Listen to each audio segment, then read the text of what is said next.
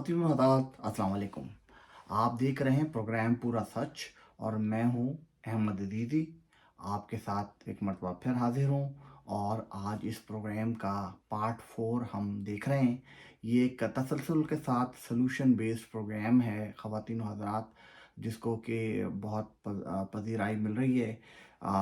कुछ बड़े नामवर सहाफ़ियों की तरफ से बड़े हौसला अफ़ज़ा पैगाम मिले हैं, जिसका मैं नहायत ही मशकूर हूँ और ममनून हूँ कि उन्होंने इस प्रोग्राम के कंटेंट को बेहतर समझा और उसको अप्रिशिएट किया, जिसके लिए मैं बहुत ममनून हूँ। Thank you very much.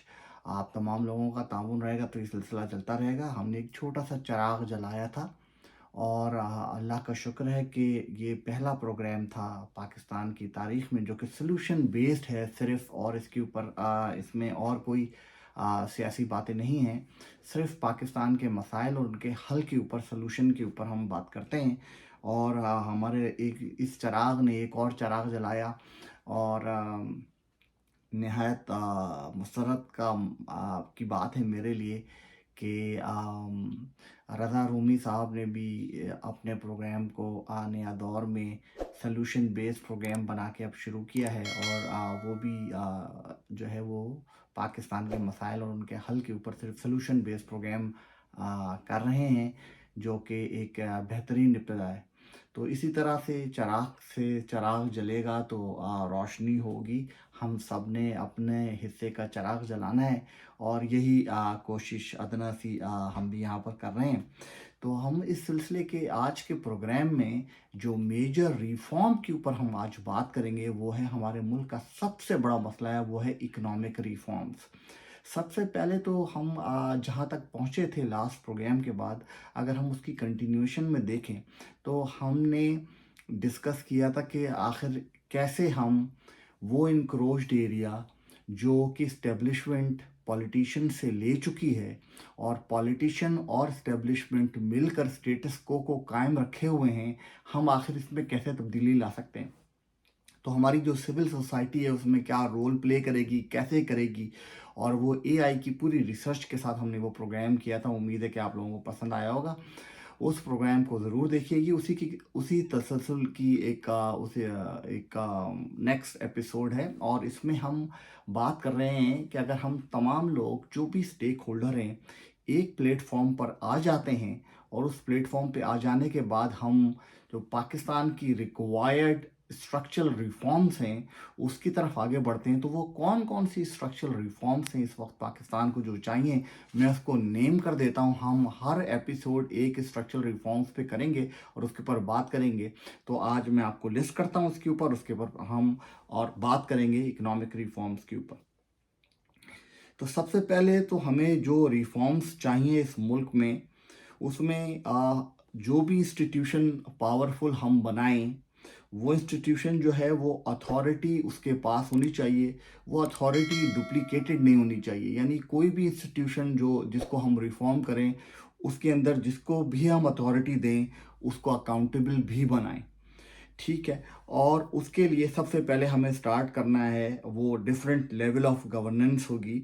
उसमें फॉरेन पॉलिसी रिफॉर्म्स ये सबसे पहले हमें करनी पड़ेगी, क्योंकि हमें अपना जो कैनवस है ओवरऑल फ्रेमवर्क मुल्क का बैरूनी तौर पे ठीक करेंगे तो जाके अंदरूनी तौर पे उसका असर पड़ेगा, और उसके बाद फिर वो कौन कौन से स्ट्रक्चर्स होंगे उसके ऊपर हम बात भी करते जाएंगे।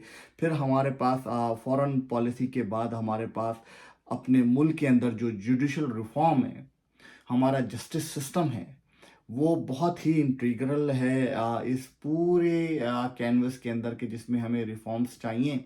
और वो कौन कौन से होंगे हम जब इसके ऊपर बात करेंगे तो तफसील से बात करेंगे। फिर हमें आर्मी रिफॉर्म्स चाहिए इस मुल्क में। आर्मी रिफॉर्म्स आर्मी एक्ट के थ्रू, नेवी एक्ट और एयरफोर्स एक्ट, ये हमारी कॉन्स्टिट्यूशन में इसमें कहाँ पर क्या जगह है और कैसे उसके अंदर चेंजेस हैं, क्या होनी है, और वो सबके स्टेक होल्डर के आपस में कंसेंसस से ही होनी है। और हमें अगर आगे बढ़ना है तो यही एक रास्ता है। इसके ऊपर हम तफसील से बात करेंगे। फिर ब्यूरोक्रेटिक रिफॉर्म्स हैं, उसके ऊपर हम बात करेंगे।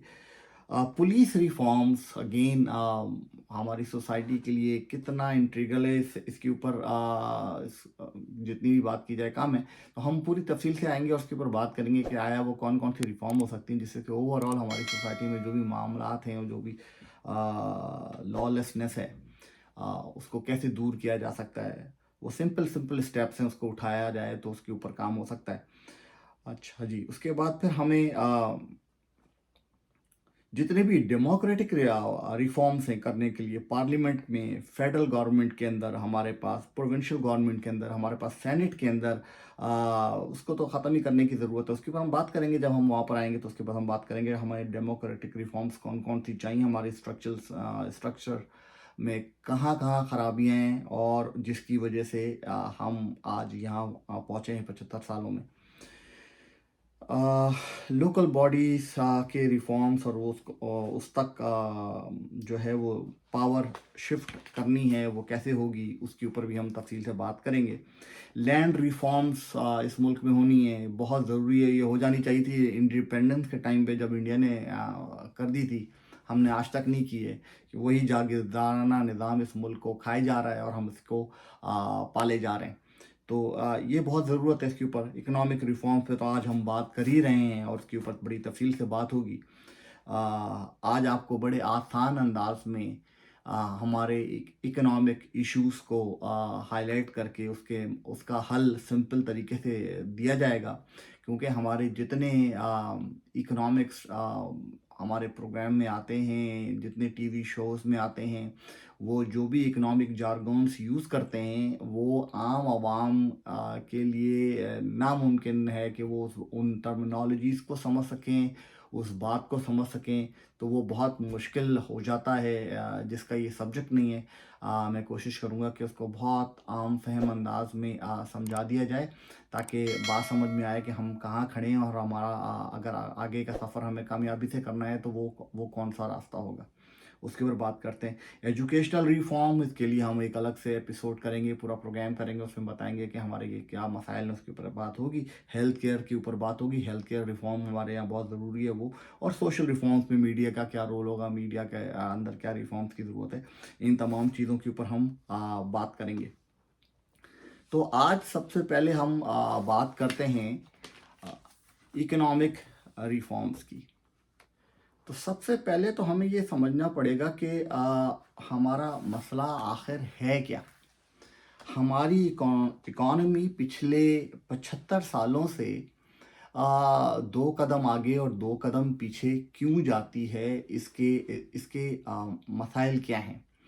जब से मैंने होश संभाला है हम 25 से 30 बिलियन डॉलर के लगभग एक्सपोर्ट कर रहे हैं और हमारी ना एक्सपोर्ट बढ़ती है ना हमारी ग्रोथ बढ़ती है। उसकी सिंपल वजह ये है कि हमारे यहाँ इंक्लूसिविटी नहीं है, हमारे पास खाम माल मुल्क में तैयार नहीं होता है। तो हमें इंपोर्ट करके उसके अंदर वैल्यू ऐड करके उसको एक्सपोर्ट करना पड़ता है। तो जब हम इंपोर्ट करते हैं, उस इंपोर्ट करने की वजह से हमारी इकॉनमी इतनी तेज़ी से ग्रो नहीं कर पाती है क्योंकि उसका रॉ मटेरियल हमारे पास मौजूद नहीं होता। तो जिसकी वजह से होता ये है कि जब हम ज़्यादा इंपोर्ट करते हैं तो इंपोर्ट की फ़िगर इतनी बढ़ जाती है कि हमारी एक्सपोर्ट और इंपोर्ट के अंदर वो जो ट्रेड डेफिसिट है वो बढ़ जाता है और वो हमारी पूरी इकॉनमी उससे जो है वो हीटेड हो जाती है। और उसको कम करने के लिए फिर हम इंपोर्ट कम करना शुरू कर देते हैं। जैसे इंपोर्ट कम करना शुरू कर देते हैं तो हमारी एक्सपोर्ट के ऊपर असर पड़ता है और हमारी एक्सपोर्ट भी कम होना शुरू हो जाती है। तो ये एक विशेष साइकिल है और ये हम इसी साइकिल के अंदर घूम रहे हैं। सिंपल ये हमारा मसला है। इस मसले का हल कैसे होगा? इस मसले का हल over a period of time होगा जिसके अंदर हमें अपने मुल्क के अंदर अपनी रॉ मटेरियल्स को उसको मेक श्योर करना है कि हम ज़्यादा से ज़्यादा रॉ मटेरियल इंडिजिनस हो अपने मुल्क के अंदर से इस्तेमाल करें, जिसके अंदर हमारा डॉलर खर्च ना हो और हमारी जो है वो करेंसी यूज़ ना हो उसके अगेंस्ट। और हमें आसानी से मुल्क के अंदर रॉ मटेरियल अवेलेबल हो हमारी एक्सपोर्ट्स के लिए। और अगर हम अपने सर्विस सेक्टर को ग्रो करेंगे तो अभी मैं हम तफसील से बात करते हैं कि सर्विस सेक्टर को कैसे ग्रो करना है, उसके ऊपर क्या क्या तवज्जो देनी है। तो सबसे पहले तो हमने अपने ये मसले को समझा कि आखिर हमारा मसला है क्या। हमारी एक्सपोर्ट बढ़ती क्यों नहीं? एक तो ये कि हमारी इम्पेडिमेंसी, जो है वो कैपेसिटी भी है। हमारे पास इलेक्ट्रिसिटी जो है वो तकरीबन 25 से 30 हज़ार मेगावाट की है, जो कि हमारी कंजम्पशन पूरी करने के लिए ही काफ़ी है। उसके बाद अगर हम बहुत तेज़ी से एक्सपोर्ट बढ़ाएंगे तो उसके लिए जो हमें एनर्जी सेक्टर में रिफॉर्म्स करनी है उसकी बेहद ज़रूरत है। हमारे डिस्ट्रीब्यूशन नेटवर्क में जब हमने अपनी कैपेसिटी बिल्डिंग की थी, उस वक्त हमने अपने डिस्ट्रीब्यूशन सिस्टम को जो वो रिन्यू नहीं किया था, जिसकी वजह से उसके अंदर इतने ज़्यादा फ्लॉज हैं कि हमारे यहाँ जो लाइन लॉसेस हैं वो दुनिया की सबसे ज़्यादा लाइन लॉसेस वाले ममालिक में हम शामिल हैं, जिसकी वजह से हमारा इलेक्ट्रिसिटी क्राइसिस जो है वो कंटिन्यूसली चलता चला आ रहा है। और यही वो वजह है कि जिसकी वजह से हमारी ओवरऑल कैपेसिटी नहीं है, फिर स्किल सेट नहीं है, लेबर स्किल्ड नहीं है, तो वो एक दूसरा प्रॉब्लम है। ऐसे ही चेन ऑफ इश्यूज़ हैं जिसकी वजह से हम ये अपनी इकोनॉमी का साइज़ बहुत तेज़ी से बढ़ा नहीं सकते। तो इंडस्ट्रियलाइजेशन के रास्ते में ये रुकावट है, मगर अगर ये रुकावट है तो इसको कैसे दूर किया जा सकता है और हमारे पास उसके ऑल्टरनेटिव्स क्या हैं जिसके ऊपर हम काम करके बहुत तेज़ी से इस इशू को सॉल्व कर सकते हैं। तो सबसे पहली चीज़ ये कि हम यहाँ तक पहुँचे कैसे। हमारी इकोनॉमी का जो दूसरा सबसे बड़ा मसला है वो हमारी इस्टेब्लिशमेंट है, जो एक पैरेलल स्टेट चला रही है विद इन स्टेट। 100 से ज़्यादा ऑर्गेनाइजेशन कंपनीज उनकी अपनी काम करती हैं, जो डायरेक्टली कॉन्फ्लिक्ट ऑफ इंटरेस्ट है, जिसकी वजह से आपकी दूसरी इंडस्ट्री ज़्यादा कंपेटिटिव नहीं हो सकती और वो आगे नहीं बढ़ सकती। उसकी छोटी सी मिसाल मैं आपको देता हूँ कि आपकी एनएलसी ने, नेशनल लॉजिस्टिक सेल ने, आपकी रेलवे तबाह की हुई है। ख्वाजा साद रफ़ीक चीखते रहे, नवाज गवर्नमेंट के अंदर वो काम करते रहे, बड़ी कोशिश की। बहुत माफ़ी चाहता हूँ कि इसके अंदर इम्प्रूवमेंट लाएं और जितनी भी हमारी कार्गोज़ हैं वो जो हमको पैसा जनरेट करके देती हैं किसी भी रेलवे को, वो एनएलसी की वजह से वो अब कारगर साबित नहीं हो रही थी, और जिसकी वजह से रेलवे जो है वो कंटिन्यूसली एक लॉस के अंदर जा रही है। इसी तरीके से अगर आप देखें तो आपके पास कोई दूसरा इदारा खड़ा ही नहीं हो सकता एफडब्ल्यूओ के सामने। इसी तरह सैकड़ों मिसालें हैं, चाहे वो सीमेंट सेक्टर हो, चाहे वो शुगर सेक्टर के अंदर तो प्राइवेटाइजेशन बहुत ज़्यादा हुई हुई है, शुगर सेक्टर में तो पॉलिटिशियन आ गए हैं। तो ये सब मिलके, ये जो कार्टेल है आपस में, इलीट कल्ट का और ये मिलिट्री का, ये सब मिलके आपस में स्टेटस को कायम रखे हुए हैं। मगर अब नौबत यहाँ तक आ गई है कि हम जो है वो पानी नाक तक आ चुका है, और ज़रा सा और बढ़ा तो ये जो मुल्क है ये वैसे ऑन पेपर डूब चुका है। ऐसे सरवाइव इसलिए कर रहा है कि हमारी इकोनॉमी अनडॉक्यूमेंटेड इकोनॉमी है, और जिसकी वजह से ये आज तक अभी तक सरवाइव कर रही है। अगर टोटल डॉक्यूमेंटेड होती और ये सब कुछ हो रहा होता तो ये सस्टेन नहीं कर सकते थे। इस मुल्क में बेहतरी लाने के लिए जिन्होंने बिगाड़ा है उन्हीं को ये अहद करना होगा कि उन्हें ये मुल्क बचाना है और इस मुल्क को आगे लेके जाना है। ना, अगर ये ना हो सका तो ना वो खा सकेंगे, ना आवाम खा सकेगी। तो नौबत अब यहाँ तक आ गई है कि जो है वो सैलरी पे करना इशू बनता जा रहा है। आपके पास रिटायरमेंट फंड के लिए पैसे एलोकेट होना मसला बन चुका है। वो रिटायरमेंट फंड जो है वो भी तकरीबन ट्रिलियंस में जा रहा है, more than half of a trillion of rupees. तो ये जो है हम ये जो मुल्क में कुछ नहीं कंट्रीब्यूट कर रहे हैं, हम उनके ऊपर इतना ज़ाया कर रहे हैं। तो उसका क्या तरीक़ेकार होगा, हम इन तमाम चीज़ों के ऊपर बड़ी तफसील से गुफ्तगू करेंगे और इस पर बात करते हैं। तो सबसे पहले ये समझते हैं कि हम किस सिनेरियो के अंदर क्या फ़िक्स करने जा रहे हैं, हमारे पास रूम क्या है फ़िक्स करने के लिए। तो इस मुल्क के अंदर स्मगलिंग सारे बॉर्डर से हो रही है। बॉर्डर कौन कंट्रोल करता है ये सबको मालूम है। ये मुल्क में स्मगलिंग रुकेगी इस मुल्क के अंदर जो ताजिर माफिया बैठा हुआ है, जिसके पास आखिरकार घुटने टेकने के लिए हमारे जर्नैल साहब चले जाते हैं और उनसे बाजवा साहब जाके 1-on-1 करते हैं, फिर अब हाफिज साहब जा रहे हैं, उसी माफिया से, जो माफिया आखिर में मुस्कुरा के कहता है कि आगे ये मेरे पास, अब इसके पास कोई चारा नहीं है, जो हम बोलेंगे वो ये करेंगे। तो वो होता क्या है कि जो मुल्क के अंदर पैसा आता है, जैसे इमरान गवर्नमेंट के अंदर पैसा आया एक्सपोर्ट बढ़ाने के, उन्होंने क्या किया, $2.5 बिलियन उठा के जो है वो सब्सिडी में डाल दिए और उन्हीं लोगों को फैसिलिटेट कर दिया जो कि ये जो माफिया है।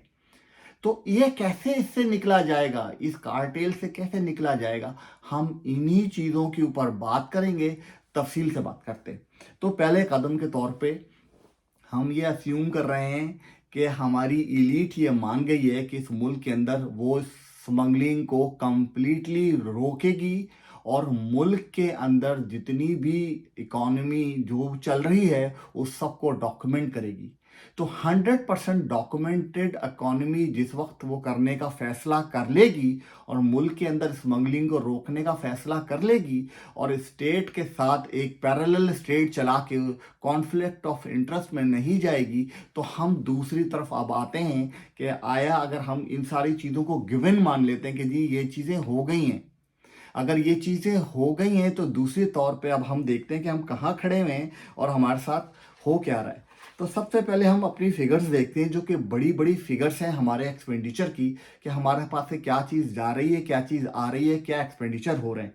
तो मैं अभी सिर्फ ये अरबों की कोई भी फिगर की बात नहीं करता, मैं सिर्फ खरब की जो फिगर है जो कि आम आवाम समझती है उसके लिए वो बता रहा हूँ कि हमारे पास मिसाल के तौर पे ये मुल्क एक जिस्म है और इस जिस्म ये एक डॉक्टर के पास ये उस हालत में पहुंचा है कि जब इसको कोमे की हालत में है, और कोमे के हालत में ये है, इसके तमाम वाइटल ऑर्गन ख़राब हो रहे हैं या हो चुके हैं, जिसमें इसकी किडनी है, इसका लिवर है, इसके लंग्स हैं, ये सारे ऑर्गन डाई कर रहे हैं, मगर ये बॉडी ब्लीड भी कर रही है। तो जब डॉक्टर के पास पहुंचेगी तो सबसे पहले डॉक्टर क्या करेगा, जो खून बह रहा है उसको रोकेगा। सबसे पहला काम जो करेगा वो उसकी किडनी ठीक नहीं करेगा, ऑल्दो कि किडनी को तवज्जो चाहिए, मगर सबसे पहले जो ब्लीडिंग हो रही है उसको रोकेगा। उस ब्लीडिंग को रोकने के बाद उन ऑर्गन्स में जो कि डाई कर रहे हैं और जो बहुत वाइटल हैं, उन ऑर्गन्स के लिए क्या क्योर उसके पास है वो उसकी रेमेडी ढूंढेगा।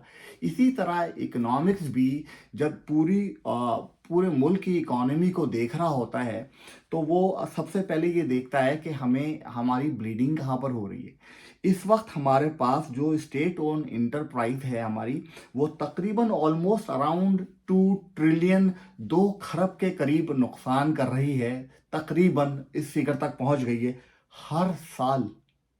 ख़वातीन और हज़रात, हर साल 2 खरब के करीब ये नुकसान कर रही है, ये ब्लीड हो रही है, और हम उस इकॉनमी के अंदर एक्सपोर्ट बढ़ाने की कोशिश कर रहे हैं। जो भी कोशिश कर रहे हैं वो सारी कॉस्मेटिक यानी छलनी को पानी के टैप के नीचे रख के भरने की कोशिश कर रहे हैं, जहाँ के छलनी के अंदर बहुत सारे होल्स हैं जिससे कि छलनी मुसलसल खाली हो रही है। आम जबान में समझाने की कोशिश हो रही है, आम आवाम तक पहुँचने की कोशिश हो रही है।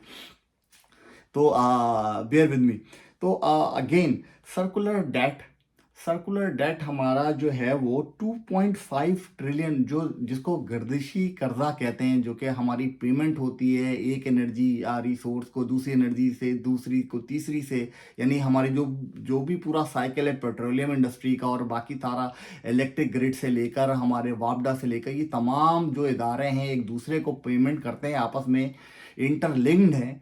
तो ये जो एक दूसरे इदारे के जो मकरूज हो जाते हैं, एक इदारा दूसरे का, दूसरा तीसरे का, तीसरा चौथे का, तो ये एक साइकिल बन जाती है। और इस साइकिल के अंदर जो भी खर्चे हो रहे हैं और एक दूसरे के लॉसेस हो रहे हैं, वो एक्यूमुलेट होकर इस वक्त 2.5 ट्रिलियन रुपीस के करीब पहुंच चुके हैं। तो ये हमारी सिचुएशन है, ये गिवन आप देखिए, जिसके अंदर हम इकोनॉमिक रिफॉर्म्स की बात करेंगे। तीसरी चीज़, जैसा कि मैंने अभी आपसे अर्ज किया कि 600 मिलियन से ऊपर, 600 बिलियन से ऊपर, यानी 0.6 ट्रिलियन के करीब हम पेंशन दे रहे हैं अपने उन तमाम लोगों को जो रिटायर हो चुके हैं, जिसमें एक्स सर्विसमैन और हायर ऑफिशियल्स जो जिनको के पास ये स्किल सेट मौजूद होती है कि वो रिटायरमेंट के बाद भी किसी अपने आप को एक कारामत शहरी के तौर पे जो है वो इस्तेमाल करते हुए वो खुद पैसे कमा सकते हैं।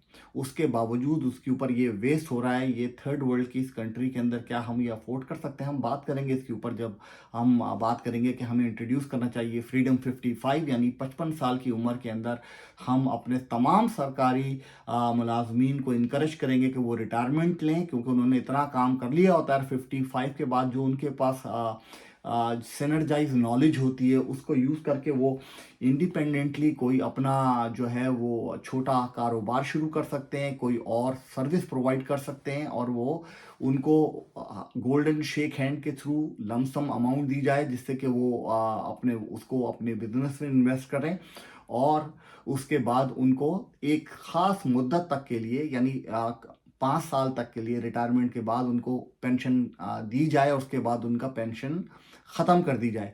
अगर ये पॉलिसी लेकर आएंगे तो हमारी वो जनरेशन जो कि 60% के करीब अब यूथ है, एजुकेटेड है, जॉबलेस है, हम उनको तेज़ी से रिप्लेस कर सकेंगे, और वो यंग ब्लड हमारी उस पूरी मशीनरी में, उस पूरे सिस्टम के अंदर तेज़ी से आएगा और आके वो टेक ओवर करेगा, जिससे कि हमारी जॉबलेसनेस ख़त्म होती जाएगी, यंग ब्लड आके रिप्लेस करेगी, और ये मुल्क बहुत तेज़ी से ग्रो करेगा।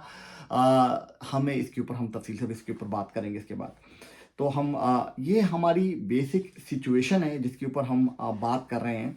अब इसमें इस गिवन सिनेरियो के अंदर हम वो कौन से काम करें जिससे मुल्क के हालात बेहतर हों। जल्दी जल्दी अगर हम टच करें और देखें कि हमें कौन से काम करने चाहिए, तो हमें नज़र आता है कि हमें अपनी एक्सपोर्ट को इंक्रीज़ करना चाहिए, हमें अपनी टैक्स कलेक्शन को इंक्रीज़ करना चाहिए, हमें अपनी फॉरेन डायरेक्ट इन्वेस्टमेंट को इंक्रीज़ करना चाहिए, हमें अपनी इंपोर्ट को डिक्रीज़ करना चाहिए, हमें एक्सपेंडिचर जो नॉन डेवलपमेंट एक्सपेंडिचर है इस मुल्क के अंदर जिसकी कोई हद नहीं है उसको कम करना चाहिए, हमें इंक्रीज़ करना चाहिए अपनी एग्रीकल्चर सेक्टर के, हमें इंक्रीज़ करना चाहिए अपनी डेयरी इंडस्ट्री, इंक्रीज़ करना चाहिए टूरिज़्म के संदर्भ। ये जो भी सेक्टर्स हैं हम इसके ऊपर बात करेंगे तफसील से कि हमें क्या बढ़ाना चाहिए और क्या कम करना चाहिए जिससे कि हम ग्रोथ की तरफ जा सकें।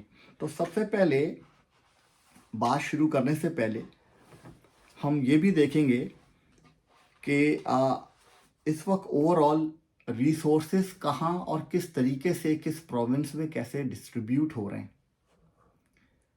ख़वातीन हज़रात, ये दुनिया का एक अजूबा मुल्क है जिसके अंदर एक प्रोविंस जो है वो तकरीबन 65% of the entire population of the country है। ये मुल्क कैसे चल सकता है जिसकी के कोई मिसाल दुनिया में नहीं है।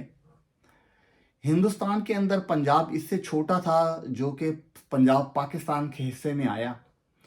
उस पंजाब के अंदर उन्होंने 4 सूबे बना दिए, और जो है उसको हरियाणा अलग है, जालंधर है, और सूबे बना दिए ताकि एडमिनिस्ट्रेटिवली वो ज़्यादा फंक्शनल हों, ज़्यादा इफ़ेक्टिव हों और वो ऑपरेट कर सकें। और जिसकी मिसाल है सबसे दिल्ली को अलग किया। आज आप देखें केजरीवाल कहाँ दिल्ली को ले जा चुके हैं, किस तरह से काम हो रहा है। हम 12 करोड़ के सूबे को एक एडमिनिस्ट्रेटिव यूनिट बना के बैठे हुए हैं, इसमें हम इकोनॉमिक रिफॉर्म्स करने की कोशिश कर रहे हैं। तो ये मुमकिन कैसे हो सकेगा? इस जो पूरा इकोनॉमिक कैनवस है इस मुल्क का, अगर हम उसको जब तक उसके फ्रेमवर्क को ठीक नहीं करेंगे हम आगे कैसे बढ़ेंगे।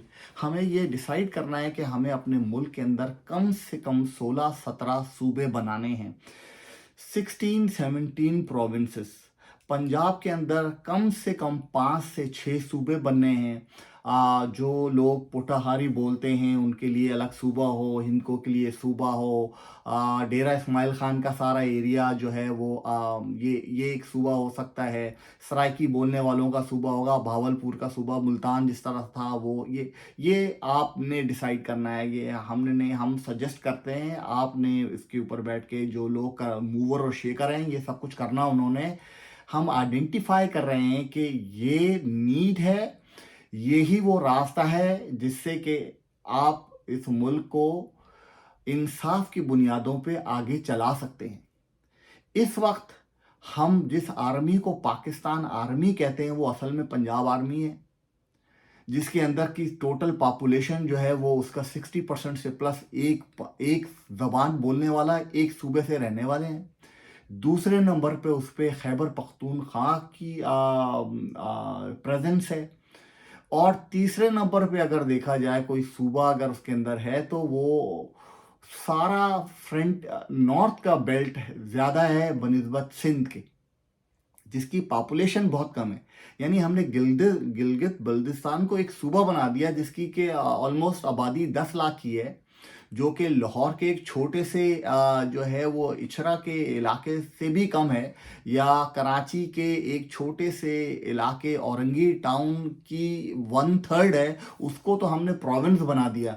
मगर 3.5 करोड़ का एक शहर कराची जो है वो एक सिंध का हिस्सा है, जो कि 5 करोड़ के करीब, 4.5-5 करोड़ की आबादी है। तो सिंध के अंदर 3 सूबे बनने हैं, 2 से 3 सूबे सिंध के अंदर बनने हैं, पंजाब के अंदर 5 बनने, केपी के अंदर 3 बनने, इसी तरह बलूचिस्तान के अंदर कम से कम 2 से 3 सूबे बनने हैं। ये इंफ्रास्ट्रक्चर होगा तो मुल्क के अंदर जितने सूबे हैं उनमें रहने वाली जो कौमें आबाद हैं, जो ज़बान बोलती हैं, उन तमाम की इवनली प्रेजेंस आपकी इस्टेब्लिशमेंट में होगी, आपके तमाम इदारों में होगी, और इवनली उनकी रिप्रेजेंटेशन आपकी पार्लियामेंट में होगी। इस तरीके से जब नेचुरल रिसोर्स आपके मुल्क के अंदर का जब सर्व होगा तो उसी से जस्टिस मिलेगी, उसी से इकोनॉमिक सिस्टम लॉन्गर रन में। मैक्रो फैक्टर्स की बात कर रहा हूँ इस वक्त, सारी माइक्रो पे बाद में जाएंगे। जो हमारे बड़ी बातें हैं जो कि कैनवस पे हमारे होनी चाहिए कि जी ये गिवन एरियाज हैं जिसके ऊपर हमें काम करना है। तो जब तक कि हमारे मुल्क के अंदर ये सूबे नहीं बनेंगे, हमारे मसाइल कभी भी परमानेंटली हल नहीं होंगे, हम ये पैच वर्क करते रहेंगे।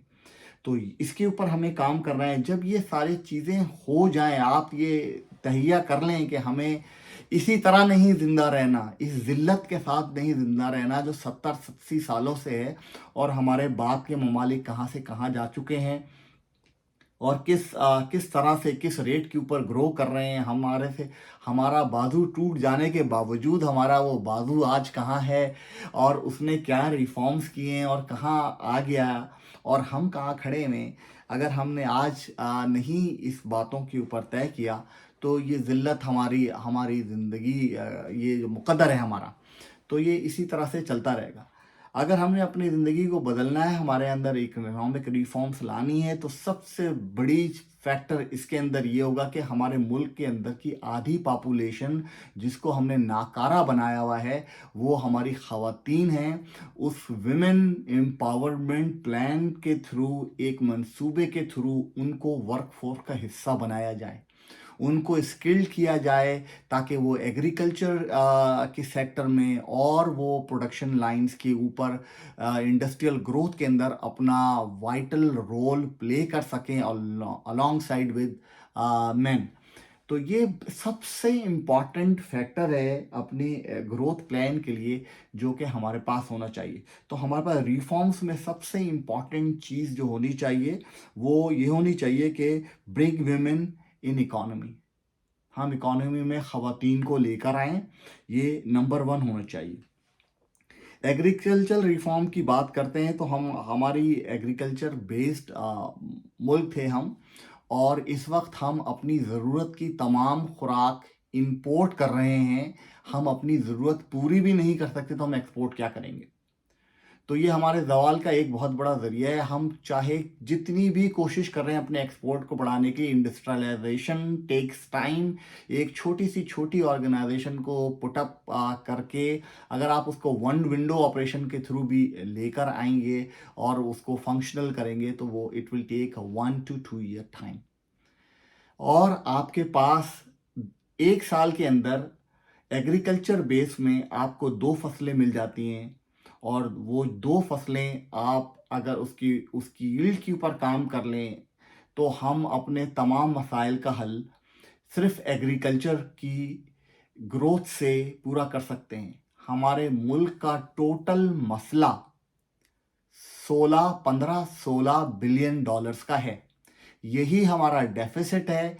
हमारी इंपोर्ट और एक्सपोर्ट के अंदर जो जो गैप आ जाता है वो ये होता है, और ये पैसे हमें चाहिए होते हैं हर साल, जिससे कि हम अपनी जो भी डेट सर्विसिंग है वो उसके बाद जो हमारे और भी एक्सपेंडिचर है उसको मीट कर सकें।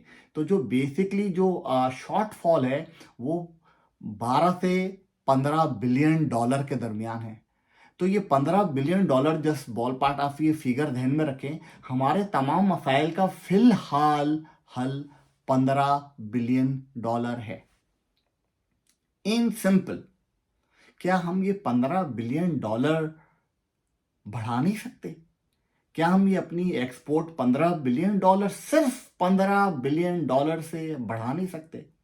हमारी एक्सपोर्ट का साइज इस वक्त जीडीपी के रेशो पे 9% है।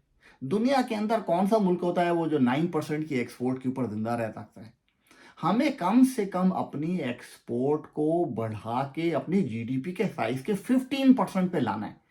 15 to 20% पे हमारी एक्सपोर्ट का साइज जिस वक्त आएगा हमारे तमाम इशू रिजॉल्व हो जाएंगे, और ये मुल्क 5% के ऊपर ग्रोथ रेट के ऊपर ग्रो करना शुरू कर देगा। हमारी टैक्स, हमने कहा कि टैक्स कलेक्शन, हमारी टैक्स कलेक्शन हमारी जीडीपी की 10% है। कौन सा मुल्क सरवाइव कर सकता है? यही वो आमदनी है जिससे मुल्क अपने अखराजात पूरे करते हैं। और जब आपकी टैक्स कलेक्शन की बात होती है तो आप जीडीपी का 10% टैक्स कलेक्शन करते हैं, वो भी आज की डेट में, जो कि सबसे ज़्यादा आप जिसमें आपने तकरीबन ओवरऑल मेरा ख्याल है शायद 25 लाख के करीब, 25 लैक्स लोगों को इस ब्रैकेट के अंदर लेकर आए हैं। आपका टारगेट मुल्क के अंदर होना चाहिए 75 लाख लोगों का कि जो टैक्स ब्रैकेट के अंदर आए। वो कैसे आएंगे, वो कौन लोग होंगे, वो किस सेक्टर में आएंगे जो टैक्स ब्रैकेट में, जिनको आपने अब तक टैक्स नेट में नहीं लेकर आए? वो पूरा जागीरदार जो इस मुल्क को जो असेंबलीज में बैठे हुए हैं, जो अपने लिए अपनी मर्जी के लॉ बनवाते हैं, अपनी मर्जी के निज़ाम के अंदर अपने तमाम पर्क्स एंड प्रिविलेजेस इंजॉय कर रहे हैं, उन लोगों पे टैक्स लगना है। एग्री टैक्स बहुत पहले लग जाना चाहिए था। एग्रीकल्चर टैक्स आज तक इस मुल्क में नहीं लगा है। सबसे पहली इकदाम के तौर पे एग्रीकल्चर टैक्स लगाइए मुल्क के अंदर। रिटेल सेक्टर को टैक्स नेट के अंदर लेकर आइए। पूरे मुल्क के अंदर रिटेल सेक्टर को अंदर ऑटोमेशन इस तरह से लेकर आइए कि वो जब तक स्कैन नहीं होगी कोई प्रोडक्ट सेल ही नहीं हो सकती हो। जब तक प्रोडक्ट बार कोडेड हो नहीं वो सेल नहीं हो सकती हो, और जब तक वो सेल नहीं हो बार कोडेड, हम उस वो ऑटोमेशन इस तरीके से लेकर आए कि जितना भी रिटेलर है वो उसके बगैर ऑपरेट ही नहीं कर सके। तो इस चीज़ को कैसे इंट्रोड्यूस कराना है, सिस्टम मौजूद है। बात यह है कि ये वो प्रेशर ग्रुप्स होते हैं जो कि आपकी मर्जी के टाइम पे दुकान तक नहीं खोलते हैं। हम सारा सनलाइट वेस्ट करके दोपहर के वक्त सो के उठते हैं। ये कौम, यानी दुनिया इनको भूखी नंगी कह रही है, मगर ये भूखी नंगी कौम की अय्याशी ये है कि ये दोपहर के वक्त सो के उठती है, रात के वक्त जिसके पास बिजली नहीं है वो रात के वक्त बिजली जला के जो है वो दुकानें खोले बैठी रहती है। तो ये छोटी छोटी सी शिफ्ट कि हम अपने डे टाइम को कैसे यूटिलाइज कर लेंगे, हमारी दुकानें सुबह 8 बजे कैसे खुल जाएंगी, शाम 6 बजे कैसे बंद हो जाएंगी, हम इससे एनर्जी कितना कंजर्व कर लेंगे, इससे हमारा कितना पैसा ओवरऑल बचेगा। ये सारे वो बेसिक्स हैं जो कि हम बहुत अच्छी तरीके से जानते हैं, जिसके ऊपर काम होने की ज़रूरत है। इसको शामिल करें, टैक्स नेट में लेकर आएँ। उसके बाद फिर जितने रियल्टर्स हैं उसके बाद रियल्टर्स को लेकर आएँ। जितना रियल एस्टेट है उसके ऊपर कैपिटल गेन टैक्स लगाएं, और जितनी भी ट्रांजैक्शन मुल्क के अंदर हो उसके ऊपर उसको टैक्स कीजिए। पूरे रियल एस्टेट सेक्टर को, जो कि आपका सिर्फ पेपर के ऊपर मनी एक जगह से दूसरी जगह घूम रही है, वो इकोनॉमी में किसी तरह भी शामिल नहीं होती है, वो पेपर पे घूमती रहती है, उससे उसका कोई ट्रिकल डाउन इफेक्ट पूरी सोसाइटी पे नहीं पड़ता है। कागज़ के ऊपर पैसे बढ़ रहे हैं, कागज़ के ऊपर कम हो रहे हैं और वही आगे बिक रहे हैं। तो कम से कम इसके ऊपर कैपिटल गेन टैक्स लेकर आइए, जिससे कि आप एक्सचेकर को पैसा मिले। और उसके बाद प्रॉपर्टी टैक्स इंट्रोड्यूस कराइए। लोग जो हैं वो जाति उमरा टाइप के जो हेवन्स बना के बैठे हुए हैं और उसके ऊपर कोई टैक्स नहीं देते। यानी एक एक साहब हैं, नवाज शरीफ कहते हैं जिनको हम, वो अपने समधी साहब को ले आते हैं, वो पूरी मुल्क की इकॉनमी को ट्रेडिंग इकॉनमी बना के चले जाते हैं, सवाए फिगर फजिंग के, सवाए रुपए को जो गैर जिसे कहते हैं कि वो अननेचुरल तरीके से उसको उसकी प्राइस को सस्टेन करने के लिए बिलियंस ऑफ डॉलर फूंक देते हैं। दूसरे आते हैं जिनको हम इमरान खान कहते हैं, ब्रेनलेस, वो उठा के अपना पोस्टर बॉय जो है वो उसको बना देते हैं असद उमर साहब को। वो अपना इकोनॉमिक्स बना देते हैं, जिनकी टोटल एजुकेशन जो है वो एमबीए है फाइनेंस में। कोई इंसान तस्वुर कर सकता है एमबीए फाइनेंस को आपने पब्लिक फाइनेंस दे दी, जिसको कि कॉर्पोरेट फाइनेंसिंग का अलावा कुछ पता भी नहीं था। यानी ये प्रोफेशन एक इकोनॉमिक्स के चलाए, आपके मुल्क में मिफ्ता जैसी तालीम के लोग मौजूद हैं।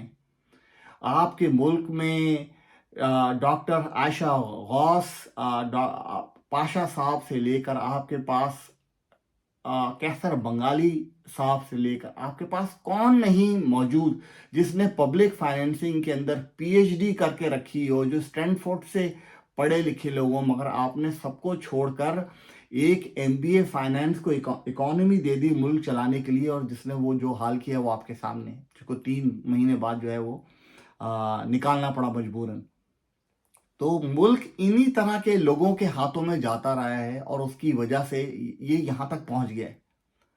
अब मैंने लास्ट एपिसोड में एक टीम डिज़ाइन की थी कि कौन से इकोनॉमिस्ट होंगे जिनको आपने पिक करके असाइन करना है, और ये जो काम होगा ये आपने एक लंबे पीरियड तक के लिए, जिसके अंदर कंटिन्यूएशन ऑफ प्रोसेस हो, जो आपने ये असाइन करना है उनको ये टास्क।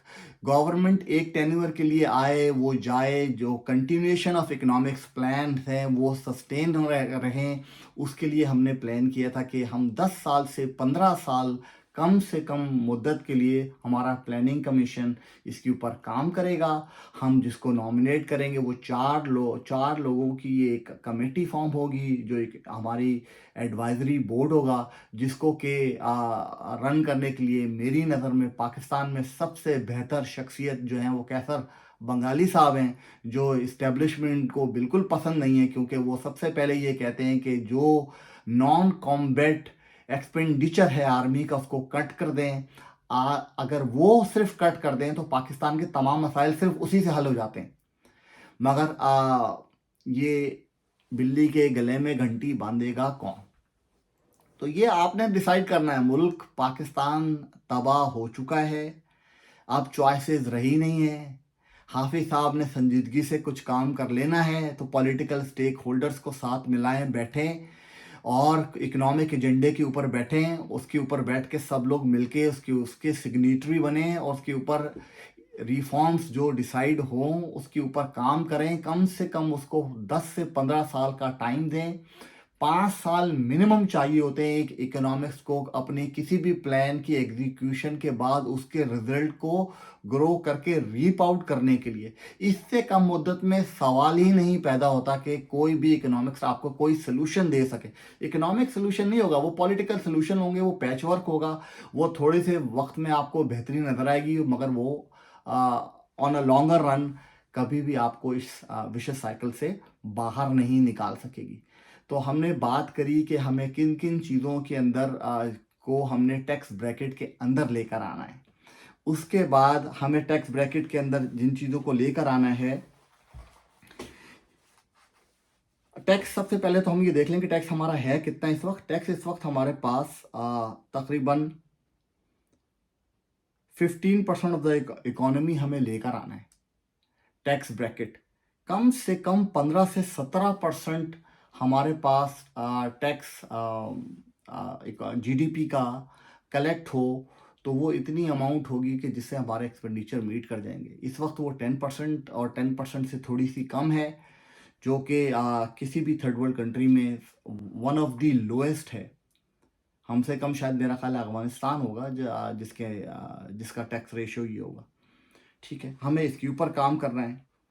उसके बाद हमें एक ऐसा रिफॉर्म लेकर आना है जिसकी वजह से हमारे पास ये जो सर्कुलर डेट है, ये over a period of time ये बार बार हमें ये सिचुएशन होती है, और third world country 2.5 trillion rupees कैसे निकाल सकता है हर 2-4 साल के बाद इस सर्कुलर डेट को डील करने के लिए। जब नवाज गवर्नमेंट गई थी, उसने 550 अरब के करीब सर्कुलर डेट था उस टाइम पर, और ये उन्होंने वन टाइम पेमेंट के थ्रू पे करके ज़ीरो किया था, जो कि दोबारा से इमरान गवर्नमेंट में एक्यूमुलेट होकर आज यहाँ तक पहुँच चुका है, जिसके ऊपर तवज्जो नहीं दी गई। तो अगर जब तक हमने इसका रिफॉर्म नहीं इसका ढूंढा, हमने जो हमारी स्टेट ओन इंटरप्राइजेज हैं इसका रिफॉर्म नहीं ढूंढा कि हमने इसको कैसे जल्द अज जल्द लिक्विडेट करना है, इसकी जितनी ज़्यादा इम्पार्शल किस्म की इसकी जो है वो उसकी ऑक्शन हो, और वो इदारे दुनिया की तमाम लोगों के लिए जो उसमें इंटरेस्टेड हों उसको बाय आउट करने के लिए उसके अंदर 51-49 के रेशो से ओनरशिप के उसको सेल आउट करें। जितनी जल्दी ये कर सकेंगे, जितनी जल्दी मुल्क के अंदर मौजूद लैंड जो कि गवर्नमेंट ओन है, उसको जो भी उसके पोटेंशियल बायर्स हैं उनको सेल करें।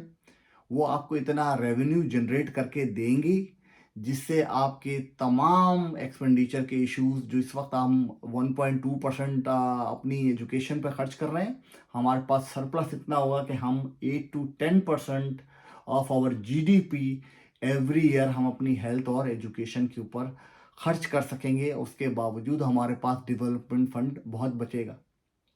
हम इस्लामी निज़ाम की बात करते हैं, सब चीज़ों की बात करते हैं, हम कब ज़कात और उशर के एलिमेंट को मुल्क में नाफिज करेंगे? अगर ज़कात के एलिमेंट को आप अपनी टैक्स कलेक्शन के साथ एक अलग ज़ुमरे में उसको इंट्रोड्यूस कराएं मुल्क में, और उसको प्रमोट करें। जो इतने सारे मौलाना हजरात जिनको पैट्रोनेज हासिल है हमारी इस्टेब्लिशमेंट की, और वो उनको पॉलिटिकल रीजंस के लिए यूज़ करता है, अगर वो उसको मुल्क की रिफॉर्म्स के लिए यूज़ करें तो वो भी आगे बढ़ सकते हैं और कंट्रीब्यूट कर सकते हैं इस हवाले से।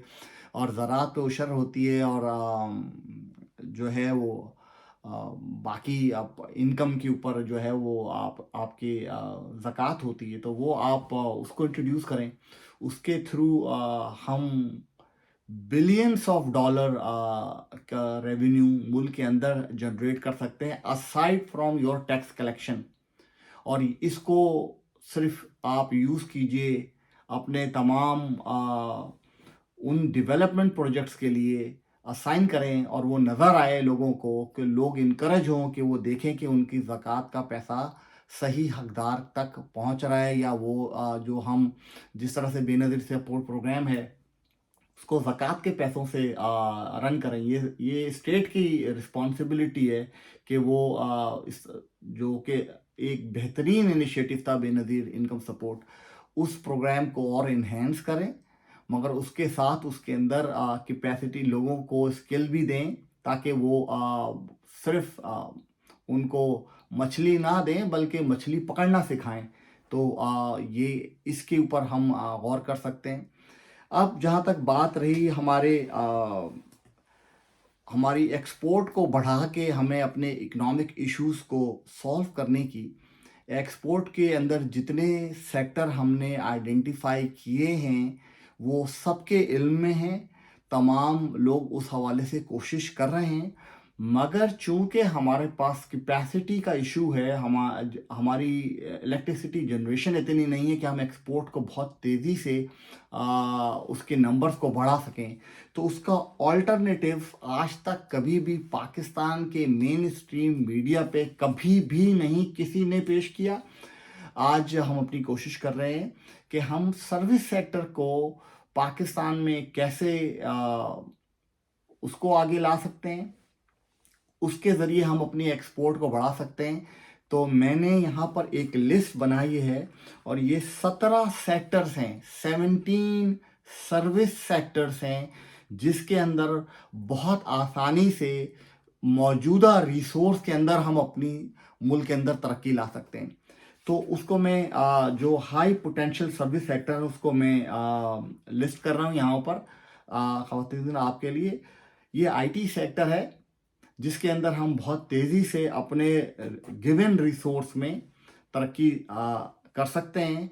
आईटी के अंदर इस वक्त हमारी एक्सपोर्ट जो है वो 2 बिलियन के करीब है, जो कि बिल्कुल अगर कंपेयर टू इंडिया या compare to all other semi develop और डेवलप कंट्रीज हम देखें तो हम कहीं एग्जिस्ट ही नहीं करते। इसके अंदर बहुत रूम है। आईटी सेक्टर हो गया, सॉफ्टवेयर डेवलपमेंट है, टेली कम्युनिकेशन है, हेल्थ केयर सर्विसेज हैं, एजुकेशनल सर्विसेज हैं, फाइनेंशियल सर्विसेज हैं, टूरिज्म है, हॉस्पिटैलिटी सर्विसेज हैं, लॉजिस्टिक्स है, ट्रांसपोर्टेशन सर्विसेज हैं, डिज़ाइन है, क्रिएटिव सर्विसेज हैं। ये वो सेक्टर सारे सर्विस सेक्टर हैं जिसके ज़रिए हम अपने एक्सपोर्ट को बढ़ा सकते हैं, कंसल्टेंसी दे सकते हैं, और इन तमाम सेक्टर्स में पूरे प्रोग्राम करके प्रोसेस के ज़रिए हम इसको अपनी तमाम जितने भी हमारे एक्सपोर्ट प्रमोशन ब्यूरो है, हमारे कॉन्सुलेट ऑफिस हैं अराउंड द ग्लोब, हम उनको एक्टिवेट करके उनके थ्रू इसको प्रमोट कर सकते हैं। हमारी लीगल एंड कंसल्टेंसी सर्विसेज हैं, ये हैं, इनकी सर्विसेज हैं। इन्वायरमेंटल एंड रिन्यूएबल एनर्जी की सर्विसेज हैं, ये हो सकती हैं सर्विसेज।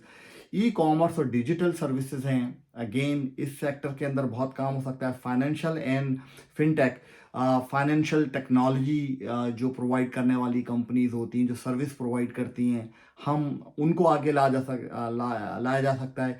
ई लर्निंग की सर्विसेज हैं, एजुकेशन के अंदर ई लर्निंग के प्रोग्राम्स हैं, हम इस सेक्टर के अंदर काम कर सकते हैं हम। और अफ्रीकन कंट्रीज इतने बहुत सारे मौजूद हैं जो कि हमारी सर्विसेज ये ले सकते हैं। हम इस सिलसिले में अगर संजीदा कोशिश करें तो इसमें बड़ा पोटेंशियल है। एग्रीकल्चर सेक्टर के अंदर एग्री बिजनेस कंसल्टेंसी दे सकते हैं हम। एग्री बेस्ड हैं हम, हमारे पास ज़री यूनिवर्सिटीज़ हैं, हमारे पास बहुत सारे हमारे पास टेक्नोलॉजी मौजूद है जो कि हम अपने साथ साथ दूसरे मुल्कों को दे सकते हैं। और जो ममालिक हमसे बेहतर हैं, जैसे इसराइल है, अगर हमें उससे बिजनेस पार्टनरशिप करनी पड़ती है, गो फॉर इट। दुनिया कहाँ से कहाँ चली गई है, हम अपनी जो है वो बेमकसद राइवलरी के ज़रिए जब तक हम अपने नेबरिंग कंट्रीज़ के साथ अच्छे रिलेशनशिप नहीं रखते, जब तक हम ग्लोबली अच्छे रिलेशनशिप नहीं रखते, मुल्क के अंदर लॉ एंड ऑर्डर सिचुएशन अच्छा नहीं होगा। जब मुल्क के अंदर लॉ एंड ऑर्डर सिचुएशन अच्छा नहीं होगा, फॉरेन डायरेक्ट इन्वेस्टमेंट कहाँ से आएगी? तो ये सारे इंटरलिंक्ड एरियाज़ हैं। बट अगेन वो फॉरेन पॉलिसी की डोमेन में आते हैं। तो हम इकोनॉमिक्स रिफॉर्म्स के अंदर भी उसको इसलिए एज अ कंपोनेंट डिस्कस कर रहे हैं कि हमें इन तमाम सेक्टर्स के ऊपर काम करने की ज़रूरत है। फिर हमारे पास एंटरटेनमेंट एंड मीडिया सर्विसेज हैं, ये सर्विसेज हम प्रोवाइड कर सकते हैं। Real estate and construction services हैं, इसके अंदर service for urban planning and development, ये 17-18 सेक्टर्स हैं जो सर्विस प्रोवाइडिंग सेक्टर्स हैं। और पाकिस्तान में अगर हम इन लाइंस के ऊपर काम करेंगे तो वो जो हमारा हर बार एक इशू आ जाता है कि हमारी जहाँ पर हम एक्सपोर्ट बढ़ाना चाहते हैं उसकी वजह से हमारी इंपोर्ट बहुत ज़्यादा बढ़ जाती है, क्योंकि हमें वो रॉ मटेरियल मंगवाना पड़ जाता है और उसकी वजह से हमारी टोटल इकॉनमी जो है वो हीटअप हो जाती है और हम ग्रो नहीं कर पाते हैं, और फिर उसकी वजह से फिर हमें इवेंचुअली इंपोर्ट के ऊपर कट डाउन करना पड़ता है, जैसा भी हम रिसेंटली कर रहे हैं। इससे पहले हर गवर्नमेंट आती है, अभी इमरान खान की गवर्नमेंट में 6% जैसे ही ग्रोथ हो गई थी, तो उसके बाद फिर बैलेंस ऑफ ट्रेड का इतना ज़्यादा बड़ा मसला हो गया, इंपोर्ट बहुत ज़्यादा बढ़ गई, फिर इंपोर्ट का कम करना पड़ा, तो वो हमें मालूम था कि सस्टेनेबल नहीं है और वो इनकम दोबारा से इकोनॉमिक ग्रोथ दोबारा से नीचे आ गई। तो हमें हर इकोनॉमिक ग्रोथ के पीछे उसकी सस्टेनेबिलिटी को देखना है कि आया वो सस्टेनेबल है कि नहीं, और हर वो कदम उठाना है कि जो कि चाहे वो बेबी स्टेप हो टुवर्ड्स सस्टेनेबल ग्रोथ, ताकि ये नंबर जब ऊपर जाए तो नेक्स्ट ईयर वो नेगेटिव में ना आ जाए। हम 5.8 से चले थे, फिर 0 पे आ गए, फिर नेगेटिव पे चले गए, फिर 1 पे आए हैं, 1.2 पे, 1.5 पे, इससे ऊपर जा नहीं रहे, और हमारी इन्फ्लेशन जो है वो 30% पे जा रही। तो ख़वातीन और हज़रात, आज हमने बेसिकली जो छोटे छोटे वो मसाइल जो कि हमारे ओवरऑल कैनवस के ऊपर हमारे इकोनॉमिक कैनवस के ऊपर हैं, उनको हाईलाइट किया, उनकी रेमेडी क्या है उसके ऊपर बात करी। और आज के प्रोग्राम को हम यहाँ तक रखते हैं। इंशाअल्लाह ताला अपने नेक्स्ट प्रोग्राम के अंदर हम रिफॉर्म्स की बात तो ज़रूर करेंगे, मगर हमें ये भी बात करनी है कि आया हमारी जो नेक्स्ट गवर्नमेंट आएगी, नेक्स्ट इलेक्शन करीब आ रहे हैं, हमें अपनी कौम को इन लाइंस पे भी तैयार करना है कि हम अपनी पॉलिटिकल पार्टी को किन बेसिस पे चुनें, हम उनको कैसे फोर्स करें कि हमारी वो तमाम बेसिक बातें जो चाहे वो इकोनॉमिक रिफॉर्म्स की हो, चाहे हमारे हेल्थ केयर के हवाले से हो, चाहे हमारी एजुकेशन के हवाले से हो, वो अपने जो मैनिफेस्टो है ना सिर्फ उसके अंदर लिखें बल्कि इलेक्शन कैंपेन का हिस्सा बनाएं, और हमें इसको और ये 5 साल का उनका एजेंडा हो और वो अप्रूव्ड एजेंडे के ऊपर आएँ। हम अपने मीडिया के अंदर बैठ के वो प्रोग्राम करें जिसके अंदर वो अपने तमाम प्लान्स के साथ आएँ और बताएं कि उनका नेक्स्ट इलेक्शन में आने के बाद वो आवाम को किन किन एरियाज़ के अंदर डिलीवर करेंगे, उनके क्या प्रॉमिसेस हैं, और हम उनकी बेसिस के ऊपर उनको नेक्स्ट इलेक्शन के अंदर वोट दें। तो अगर ये सिलसिला शुरू हुआ और हमने इस सिलसिले को इसी तरीके से आगे बढ़ाते रहे, तो नेक्स्ट गवर्नमेंट जो आएगी उनको मालूम होगा कि वो अपनी प्रोग्रेस जो उनकी अचीवमेंट्स हैं, वो अपनी अचीवमेंट अपनी डिलीवरेंस की बेसिस के ऊपर सेलेक्ट होंगी, ना कि वो कोई कॉस्मेटिक किस्म के नारों पे, पॉपुलिस्ट नारों के ऊपर, और कभी कोई मदीना बना रहा होगा, कोई कुछ कर रहा होगा। ना हमें इसको मदीना हमें इसको पाकिस्तान बनाना है। अपने मुल्क को पहले पाकिस्तान बना लीजिए, तो उसके बाद फिर हम बाद में दूसरे कदम के तौर पे हम उसको मदीना बनाएंगे। तो लिहाजा इसको पहले पाकिस्तान बनाने की कोशिश कीजिए। ख़वातीन हज़रात, आज के प्रोग्राम को हम यहीं तक रखते हैं, फिर इंशाअल्लाह ताला नेक्स्ट प्रोग्राम में नेक्स्ट रिफॉर्म्स के साथ हाजिर होंगे और अपनी गुजारिशात आपके सामने रखेंगे। बहुत शुक्रिया।